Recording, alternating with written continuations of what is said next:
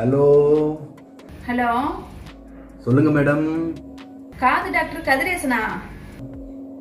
ஆ, மூக்கு டாக்டர் முருகேசன் இருக்கார். என்னது, மூக்கு டாக்டர் முருகேசனா? இல்லைங்க, நான் மூக்கு டாக்டர் முருகேசன். வேணும்னா தொண்டை டாக்டர் துளசிதாசன் இருக்காரு, அவர்கிட்ட பேசுறீங்களா? என்னது, தொண்டை டாக்டர் துளசிதாசனா?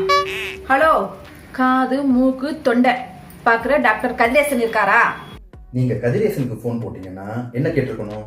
ஒன்று, கதிரேசன் டாக்டர் இருக்காரான்னு கேட்டிருக்கணும்.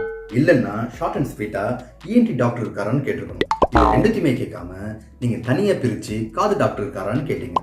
அதனாலதான் நானும் உங்ககிட்ட சும்மா மூக்கு டாக்டர் இருக்காரு, தொண்டை டாக்டர் இருக்காருன்னு லைட்டா கலாய்ச்சேன். நான் தப்பா நினச்சிக்காதீங்க, சரியா? நீங்க யாரு? பீலமேடு பாலாவோட ஒய்ஃப் பிரேமா தானே? உங்க நேம் சேவ் பண்ணாம இருப்பேனா? அதே பிரேமா தான். என் வீட்டுக்காருக்கு ஒரு பிரச்சனை டாக்டர். நீங்க ஏதோ வாடகை கொடுத்தோமா குடியிருந்தோமான்னு இருக்கிறத விட்டுட்டு நீங்க ஏன் மேடம் அவங்களோட பிரச்சனை எல்லாம் தலையிடுறீங்க? ஹலோ, நான் வீட்டுக்காரன்னு சொன்னது ஹவுஸ் ஓனரை கிடையாது, என் ஹஸ்பண்ட. ஓ, நீங்க ஹஸ்பண்ட் பீலமேடு பாலாவுக்கு சொல்றீங்களா?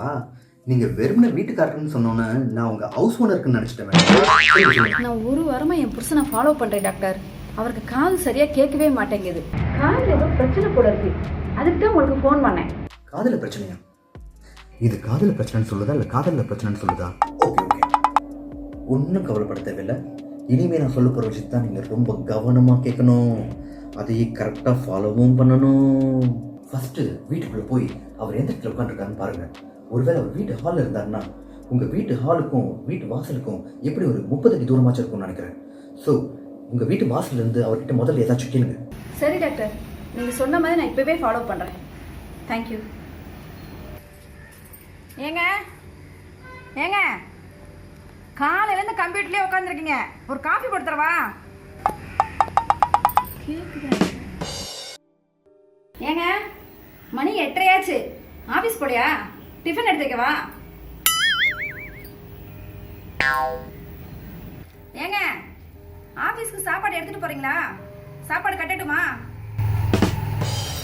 ஐயோ, இந்த மனுஷனுக்கு நெசமாவே காது கேட்கல போலயே. ஏங்க, எத்தனை தடவை கூப்பிடுறது, காது கேட்கலையா?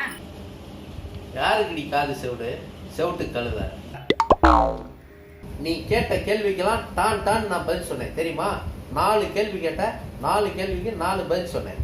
யோசிச்சு காஃபி போட்டு தட்டுமா? ஏய், நான் காஃபி குடிச்சு 1/2 மணி நேரம் ஆச்சு. நீ வந்து காய் நறுக்கிட்டு இருந்தேல, அப்போ உனக்கு பின்னாடி தான் காஃபி போட்டு குடிச்சேன். அது கூட உனக்கு தெரியலையா? என்ன சொல்றாரு? மணி 8:30 டிஃபன் சாப்பிடலையா? டிஃபன்லாம் சாப்பிட்டாச்சு. என்ன சொல்றாரு? ஏங்க, ஆபீஸ்க்கு சாப்பாடு எடுத்துட்டு போறீங்களா? ஏய் பைத்தியக்காரி பைத்தியக்காரி, நீ குளிச்சுக்கிட்டு இருக்கும் போதே நான் சாப்பாடெல்லாம் கட்டி ரெடியா எடுத்து வச்சுட்டேன். என்ன சொல்றாரு? ஏங்க, காது செவிடா? யாருக்கு நீ காது செவிடு? ஐயோ, ஏய் நீ என்ன நினைச்சிட்டு இருக்கிற? ஏங்க, நீங்க சொன்ன எதுவுமே எனக்கு காது கேட்கலங்க. அப்ப நான் தான் செவிடா? அப்ப நீ கேட்க கேட்க நான் பதில் சொல்லிக்கிட்டே இருந்தேனே, எதுவுமே உனக்கு கேட்கலையா? ஐயோ, என்னங்க? ஓகே ஓகே ஓகே, உனக்கு காது கேட்கலைன்னு இப்போதான் தெரியும். எனக்கு எப்பயே தெரியும். நம்ம கதிரேசன் டாக்டரை பார்த்து அதுக்கு ட்ரீட்மெண்ட் எடுக்கலாம். Don't worry.